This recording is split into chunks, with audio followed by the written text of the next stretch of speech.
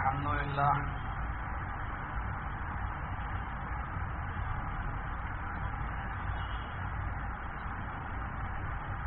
لله نحمده ونستعينه ونستغفره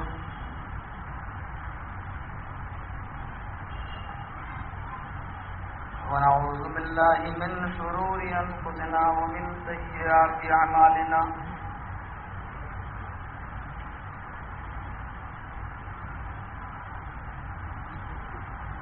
من يهد الله فلا مضل له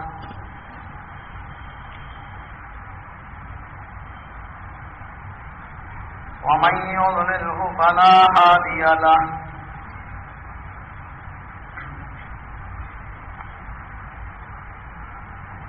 وأشهد أن لا إله إلا الله وحده لا شريك له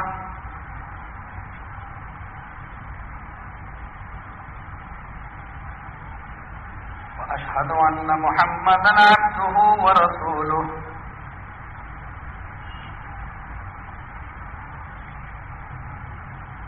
أما بعد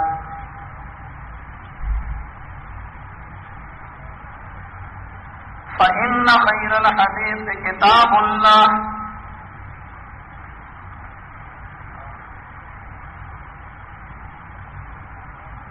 وخير الهدي هدي محمد صلى الله عليه وسلم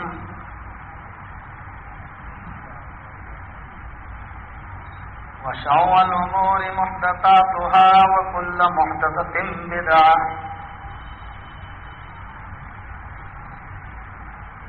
وكل بدعة ضلالة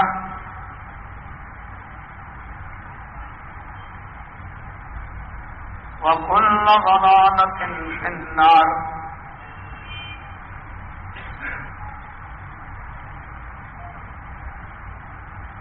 أعوذ بالله السميع العليم من الشيطان الرجيم.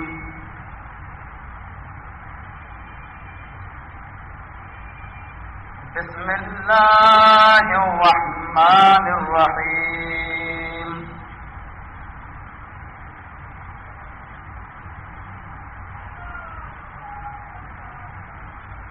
يا أيها الذين آمنوا اتقوا الله حق تقاته ولا تموتن إلا وأنتم مسلمون. واعتصموا بحبل الله جميعا ولا تفرقوا واذكروا نعمة الله عليكم إذ كنتم أعداء فألف بين قلوبكم فأصبحتم بنعمته إخوانا.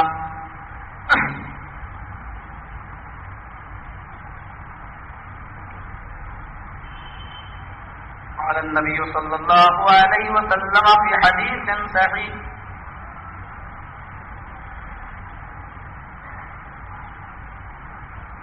المسلم من سلم المسلمون من لسانه ويده.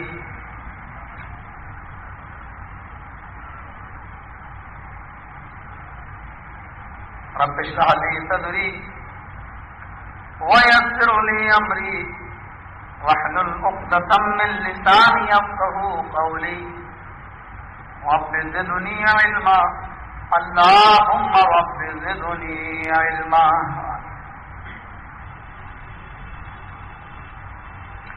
حمد و ثنا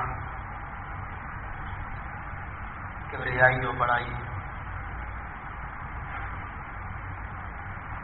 اللہ رب العالمین کے لیے لائق و سزاوار ہے، جو خالق و رازق ہے، مربی کائنات ہے، مالک ارض و سما ہے،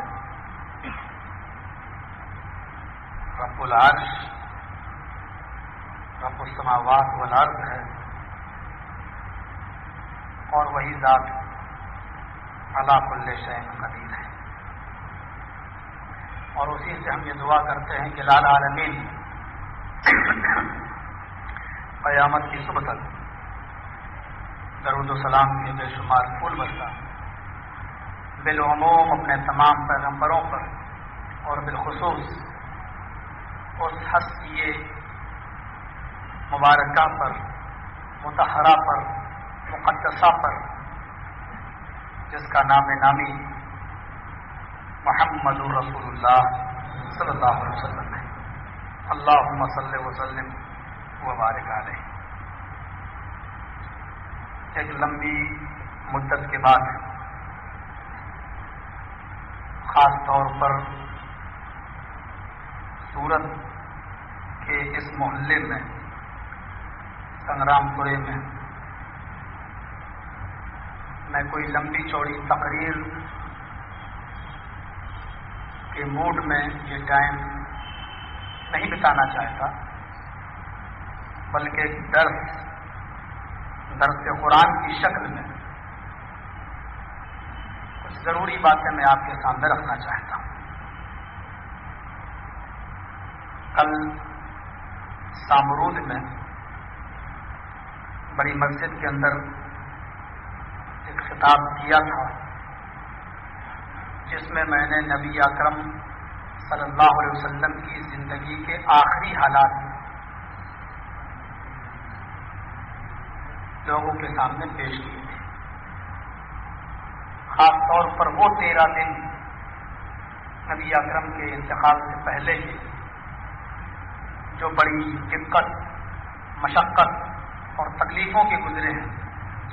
12 دن پہلے، 11 دن پہلے، 7 دن پہلے، 6 دن پہلے، 5 دن پہلے، 4 دن پہلے، 3 دن پہلے، 2 دن پہلے، 1 دن پہلے، اور آخری دن نبی اکرم نے کیا کیا نصیحتیں اور وصیتیں کی ہیں، اس سلسلے میں کل میں نے اس کا ایک نقشہ کھینچا تھا۔ آج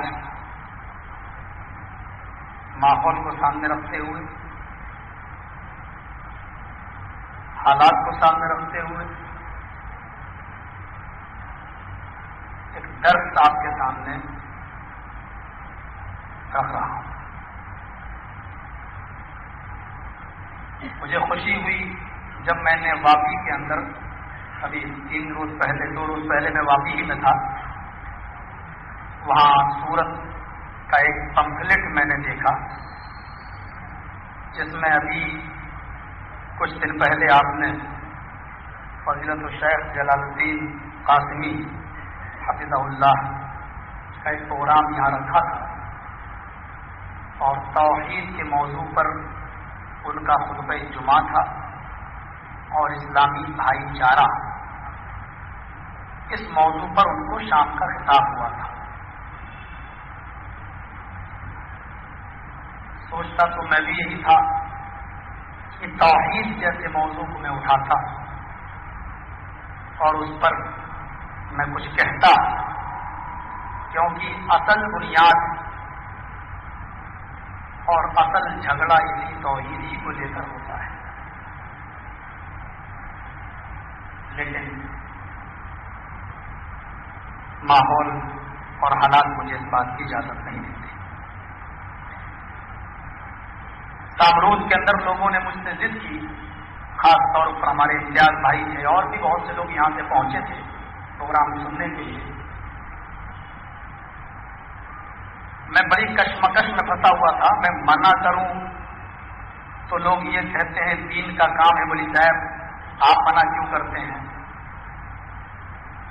اور منع نہ کروں کہہ دوں ٹھیک ہے تو بڑا مشکل مسئلہ ہے کہ ٹھیک کہہ تو دوں، لیکن میں اختیار نہیں رکھتا ہوں کہ میں کسی بھی جگہ آ کر ایسے ہی مائک پکڑوں۔ دونوں صورتوں میں ہمارے سامنے کچھ پریشانیاں تھیں، پھر میرے دل نے گوارا کیا، منع کیا۔ ان لوگوں نے حافظ محمود صاحب سے بات کی، اور پتہ نہیں کیا ان لوگوں نے تکڑم بٹھائی، اور مجھے یہ پتا چلا کہ کل آپ کا پروگرام سورت میں رکھ دیا گیا ہے۔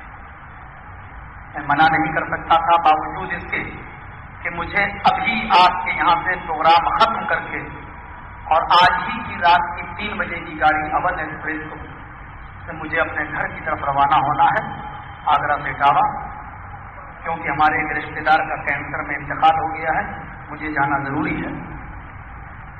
تو میں اس مناسب وقت کو سامنے رکھتے ہوئے چاہتا ہوں کہ کچھ بنیادی چیزیں جس کی آج سماج کو بھی ضرورت ہے، سوسائٹی کو بھی ضرورت ہے، ہمیں بھی ضرورت ہے، اور اس سے بہتر موقع نہیں ملے گا ہمیں اور آپ کو اپنی ان بری عادتوں کو سنبھالنے کا اور سنبھالنے کا۔ یہ بہت اچھا موقع ملا ہے ہمیں اور آپ کو رمضان المبارک کا مہینہ۔ عام طور پر لوگ یہ سمجھتے ہیں کہ یہ مہینہ حرام چیزوں کے چھوڑنے کا نام ہے، جبکہ یہ چیز غلط ہے۔ روزہ جھوٹ چھڑوانے کے لیے نہیں آیا، روزہ غیبت اور چغلی کو بند کرانے کے لیے نہیں آیا۔ یہ چیزیں تو سال کے 12 مہینے ہمارے لیے حرام ہیں۔ روزہ نام ہے حلال چیزوں کے چھوڑنے کا، حرام چیزوں کے چھوڑنے کا نام روزہ نہیں ہے۔ گوشت حلال ہے لیکن روزے کی عادت میں آپ نہیں کھا سکتے، شربت اور دودھ آپ کے لیے حلال ہے لیکن روزے کی عادت میں آپ نہیں پی سکتے۔ سب سے زیادہ آپ لطف اندوز ہوتے ہیں اپنی بیویوں سے، آپ کی بیویاں حلال ہیں لیکن روزے کی حالت میں آپ ان کے قریب نہیں جا سکتے، اور ہر روزے کے بدلے میں آپ یہ اللہ سے عہد اور اقرار کر رہے ہیں کہ دیکھ اے اللہ، تو نے حلال چیزوں سے روکا، میں اتنا بڑا تیرا فرما بردار بندہ ہوں کہ تیرے کہنے سے حلال چیزوں سے رک گیا، تیرے منع کرنے سے حلال چیزوں سے میں مان گیا۔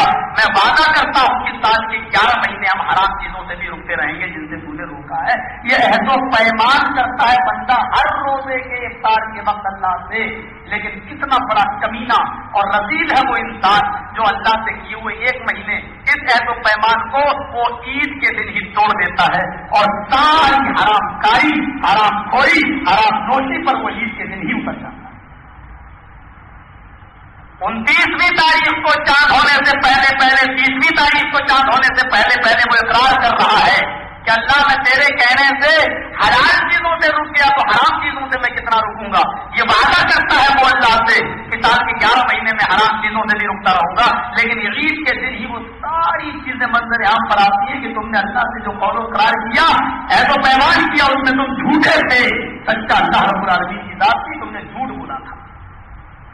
اور ایسے ہی روزداروں کے بارے میں امام کائنات نے کہا تھا کہ کم من صائم لیس له من صیامه الا جوع وکم من قائم لیس له من صیامه الا سحر۔ بہت سے روزدار ایسے ہیں جو دن میں روزہ رکھتے ہیں، شام کو افطاری کرتے ہیں اور سمجھتے ہیں کہ ہم کو اللہ کی بارگاہ میں ثواب ملے گا، لیکن اللہ کے نبی فرماتے ہیں الا الجوع، بھوکا مرنے کے سوا ان کو کچھ نہیں ملتا۔ اور بہت سی تراویحاں پڑھنے والے اور لیلۃ القدر جاگنے والے وہ سمجھتے ہیں کہ ہمیں اس کا بیداری کا ثواب ملے گا، لیکن سوائے آنکھ کے کھولنے کے ان کو اللہ کے یہاں کچھ نہیں ملتا۔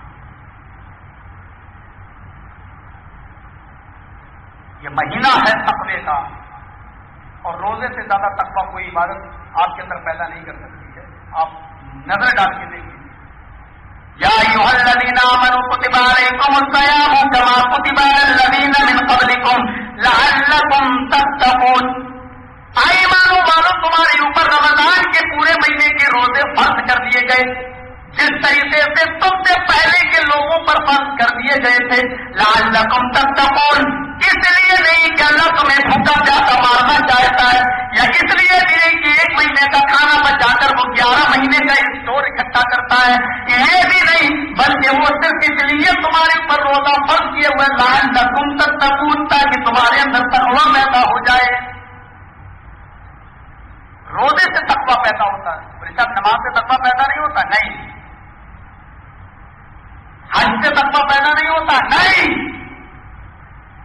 زکات سے تقویٰ پیدا نہیں ہوتا ہے، نہیں۔ روزے سے تقویٰ پیدا ہوتا ہے۔ اگر نماز سے تقویٰ پیدا ہوتا ہے تو بتاؤ، بہت سے آپ ہی لوگوں میں سے، ہم ہی لوگوں میں سے یا ایسے بھی ہوں گے جنہوں نے تو سحری تو کی ہے، اٹھے 2-4 لقمہ کھانا تو کھایا ہے، لیکن فجر کی نماز سے پہلے پھر وہ بستر پہ گئے اور سو گئے، نہیں پڑھی انہوں نے نماز فجر کی، نہیں آئے وہ مسجد کے اندر،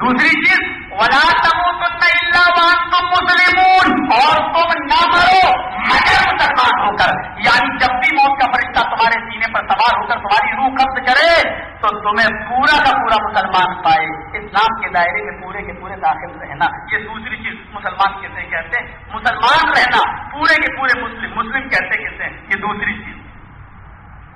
اللہ سے ڈرنے کا حق کیا ہے؟ بڑے بڑے جبہ پوشوں کے جبے اتر جائیں گے، بڑی بڑی لمبی داڑھیوں والوں کو اگر تقوی کے میدان میں دیکھا جائے تو وہ آپ کو فکس ڈپازٹ کرتے ہوئے بینکوں میں نظر آئیں گے، 5 وقت کی نماز بھی پڑھ رہے ہوں گے اور سود بھی کھا رہے ہوں گے۔ اسی لیے کہا مسلمان ہونے سے پہلے کیا کہا؟ تقوی پیدا کرو۔ بعد میں کہا جب موت آئے تو تمہیں پورا کا پورا مسلمان پائے، اسلام کی حالت میں مرنا۔ مسلم کہتے کسے ہیں؟ اور تیسری چیز وَاعْتَصِمُوا بِحَبْلِ اللَّهِ جَمِيعًا، اللہ کی رسی کو مضبوطی سے پکڑ لینا، یعنی قرآن کو، مراد کیا ہے اس سے؟ اللہ کی رسی سے قرآن۔ وَلَا تَفَرَّقُوا، اور فرقوں میں مت بٹ جانا، ٹولیوں میں مت بٹ جانا۔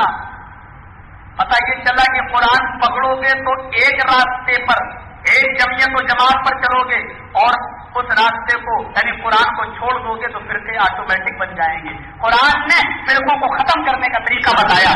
طریقہ کیا ہے؟ وَاعْتَصِمُوا بِحَبْلِ اللَّهِ، اللہ کی رسی کو مضبوطی سے پکڑ لو قرآن کو۔ وَلَا تَفَرَّقُوا، اور فرقوں میں مت بٹ جاؤ۔ 3 چیزیں، چوتھی چیز پر غور کیجیے گا۔ وَاذْكُرُوا نِعْمَتَ اللَّهِ عَلَيْكُمْ إِذْ كُنتُمْ أَعْدَاءً فَأَلَّفَ بَيْنَ قُلُوبِكُمْ فَأَصْبَحْتُمْ بِنِعْمَتِهِ إِخْوَانًا، اور اللہ کی اس نعمت کو یاد کرو اے مسلمانوں، اللہ کی اس نعمت کو یاد کرو جو اس نے تمہارے اوپر برسائی ہے، تم پر نچھاور کی ہے۔ وہ نعمت کیا ہے؟ إِذْ كُنتُمْ أَعْدَاءً، کہ تم آپس میں ایک دوسرے کے دشمن تھے، تم آپس میں ایک دوسرے سے لڑا کرتے تھے، ایک دوسرے کے خون کے پیاسے تھے۔ فَأَلَّفَ بَيْنَ قُلُوبِكُمْ، اس نے تمہارے دلوں میں الفت ڈال دی، اس نے تمہارے دلوں میں محبت پیدا کر دی۔ فَأَصْبَحْتُمْ بِنِعْمَتِهِ، تو تم اللہ کی اس نعمت سے یعنی قرآن کریم کی نعمت سے یا محمد رسول اللہ کی رسالت سے فَأَصْبَحْتُمْ بِنِعْمَتِهِ إِخْوَانًا، تم بھائی بھائی بن گئے۔ تم آپس میں ایک دوسرے کے دشمن تھے، دشمن نہیں تھے۔ ایک آدمی کی بکری دوسرے کے کھیت میں چلی گئی، قبیلے الگ الگ ہیں، یہ دوسرا قبیلہ جس کے کھیت میں گئی وہ دوسرا قبیلہ، اس نے کہا اے تیری بکری میرے کھیت میں کیسی آئی، اتنی گھاس کھا گئی ہے۔ اس نے کہا کیا ہوا، جانوری تو ہے، چلا گیا تو کیا ہوا؟ قبیلے میں جنگ ہوئی، تیرے قبیلے کی بکری میرے کھیت میں، یہ جنگ چلی، اور جانتے ہو کتنے سال تک؟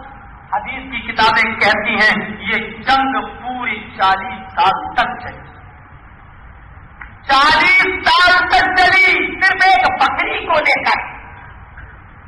اور جب دونوں طرف سے لوگوں کی تعداد گنی گئی کہ کتنے لوگ مارے جا چکے ایک بکری کے لیے، جب تعداد جوڑی گئی، سیرت کی کتابوں میں لکھا ہے کہ جب دونوں قبیلوں کے لوگوں کے مرنے کی تعداد جوڑی گئی تو 70,000 لوگ مر چکے تھے، لیکن یہ جنگ ختم نہیں ہوئی تھی۔ ایک ایک بکری کے پیچھے 40 سال تک لڑنے والی یہ قوم 70,000 آدمی مار ڈالے جائیں پھر بھی جنگ ختم نہ ہو۔ قرآن نے اسی طرح اشارہ کیا الہاکم التکاثر حتی زرتم المقابر، تم کو تکاثر نے زیادتی نے اللہ کو برباد کر دیا، حتی زرتم المقابر، یہاں تک کہ تم مر کے قبروں میں جانے لگے۔ مر جاتے ہو، مر جانا گوارا کر لیتے ہو لیکن جنگ بند کرنا گوارا نہیں کرتے، اپنی جانیں دینا گوارا کر لیتے ہو لیکن جنگ ختم کرنے کا نام نہیں لیتے۔ میرے بھائیوں، ایسی خونخوار قوم کو امام کائنات نے کیسا امن پسند بنا دیا جو 70,000 آدمی مار ڈالے جائیں پھر بھی جنگ نہ بند ہوتی ہو۔